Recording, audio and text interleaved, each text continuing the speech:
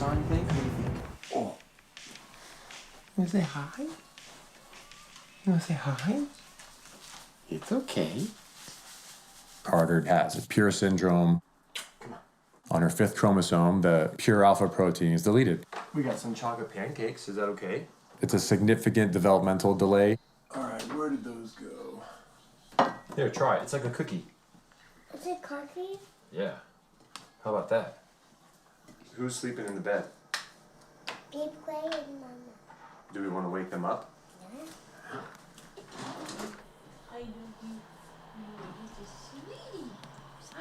Okay, let's go see Dad.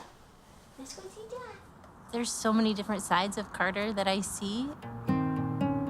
She's the most complicated, complex person that I've ever met, and doctors are baffled by her.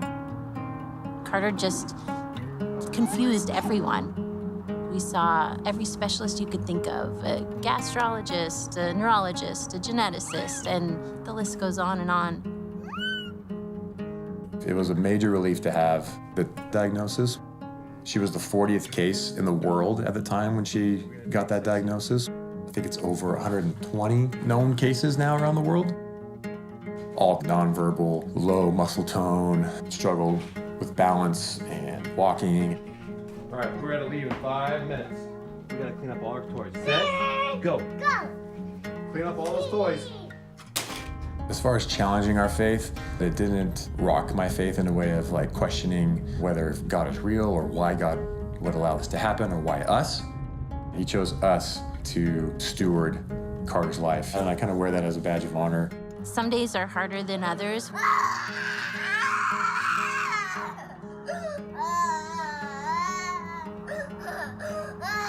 Those moments where she just starts screaming are my most challenging because I am so overwhelmed. And it doesn't really get easier. You just gotta keep moving and keep trying to make it work.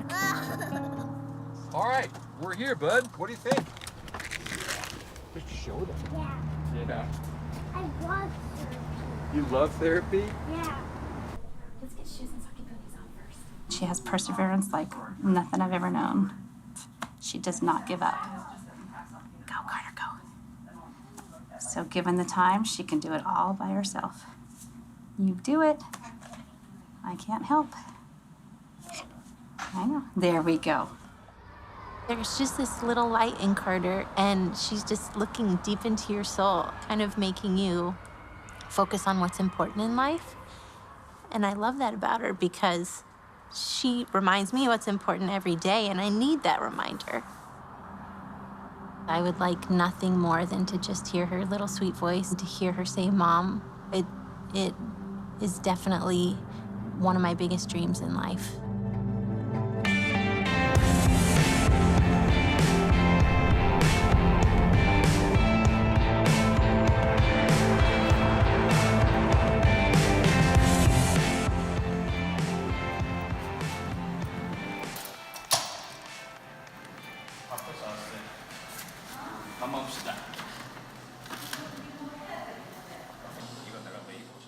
My parents, they've been doing this for 30 plus years. They're every day, like, completely just into it.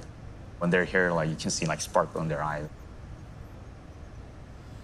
We do pharmaceutical research. We specialize in tissue cultivation.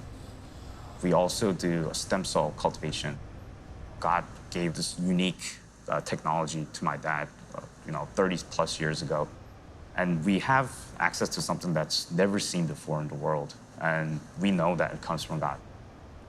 Early in 2017, I was just hanging out with Will in the back of the church, and then I was like, what condition does Carter exactly have? And it's something that we've never heard of before. My dad talked to Will some more, and Will said that, if I had one wish, is just to hear Carter speak at some point. And then, so that's what really motivated my dad. He's like, you know what? I think I can help.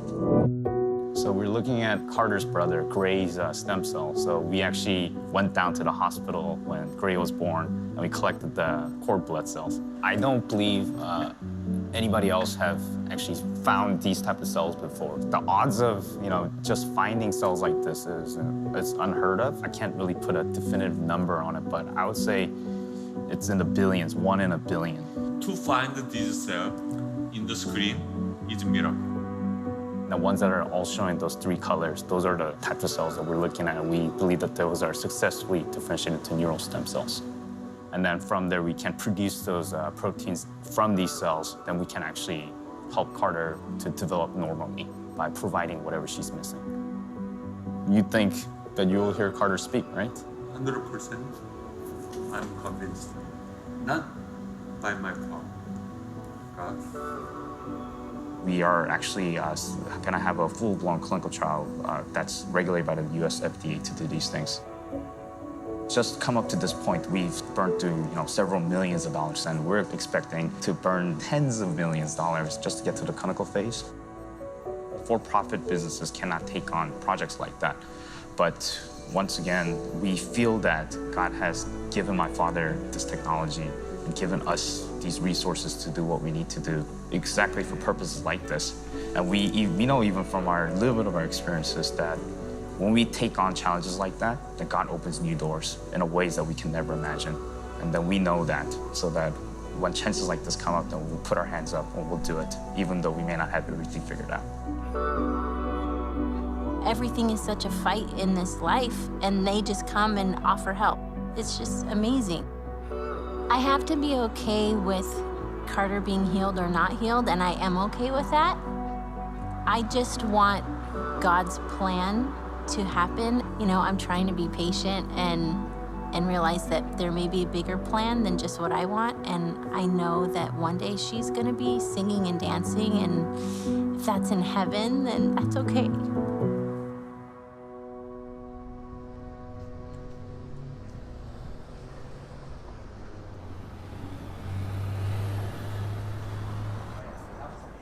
What's up, guys? Hi.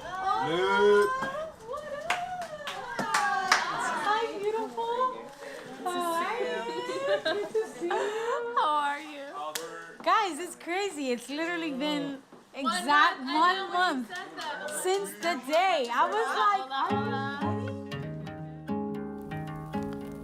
think it's so awesome to kind of share what was our breakthroughs and what was that day like, the realization that we all crossed the finish line. For me, knowing that I ran a marathon that was 26.2 miles, I would have quit a long time ago, like if it was just me running this race. But it's like having you guys around me, like it was just super encouraging because like I didn't want to let you guys down. I've just like had this shift of like, I'm just going full on with you, God. Like, if I did 26 miles, I could do anything else, So I'm going for it. Do you know how, like, when you're running and then you could see the other people, like, on the and I was like, if I just When the invitation of running a marathon from my best friend came, in all sincerity, I wasn't physically ready. And yet, it's a little contagious when you start talking about the previous, like, half marathons that we had done together. So out of that conversation led to the idea, what if for our 40th birthday, we run a full marathon? And I think with the season I was in, where 40 was kind of like a negative at the doctor's office, constantly telling me that, my clock was ticking, it became the motivation. We're in the journey of officially now starting IVF. All my life, I just never envisioned myself without kids. That just wasn't even an option. I've had my seasons when I'm like, God, I'm getting older.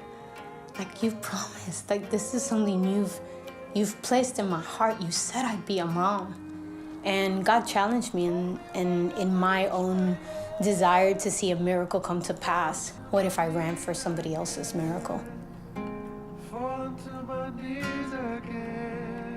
Trusting God with my miracle, but then believing for somebody else's miracle to come to pass. And then that's when God began to shape the why behind why I would run.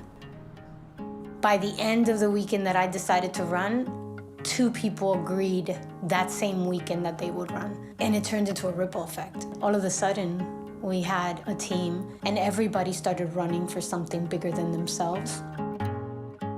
As a church, we were in that theme of I am the one. And then it just unwrapped to it being we are the I am the one team.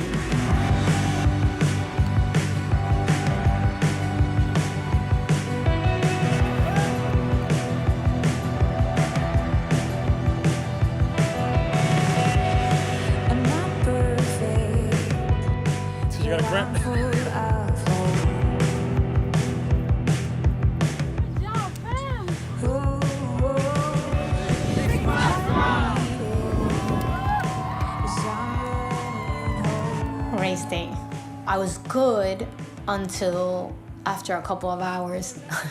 And on mile 17, like, that's when it just kind of really got real, the pain and the unbearness. And at this point, I actually had to stop and stretch, but the pain just kept coming back. After mile 18, it got really quiet. It was just literally myself and my best friend and another person that were the only ones on the trail. And I just picked up and like started running, speaking, yes, I can do this. But as I'm running, I'm going like, oh, I don't know if I can. At this state, all streets were back open. We don't see signs, and eventually we went the wrong way. And I'm like a bit freaking out, like maybe I should take an Uber to the finish. But then Welling texts me and is like, where are you?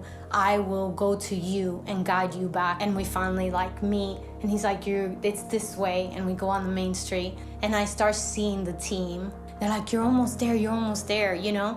And it's mile 25. And then from a distance, I see the little girl I'm actually running for. When I saw Carter, this beautiful, precious little girl I was running for, that the miracle that I'm believing for her life, it put everything in perspective.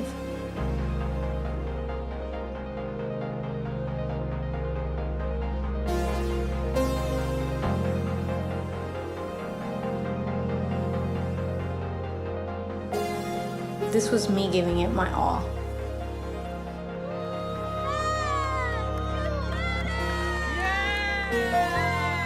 Giving my heart and soul to saying, here, Father, I've been obedient to what you've called me to. And just like believing that yet there's still more ahead. And now to believe that the breakthrough is going to come out of that obedience. And it's kind of crazy, but I received the list of injections and appointments that we're about to embark on in this journey of IVF treatment.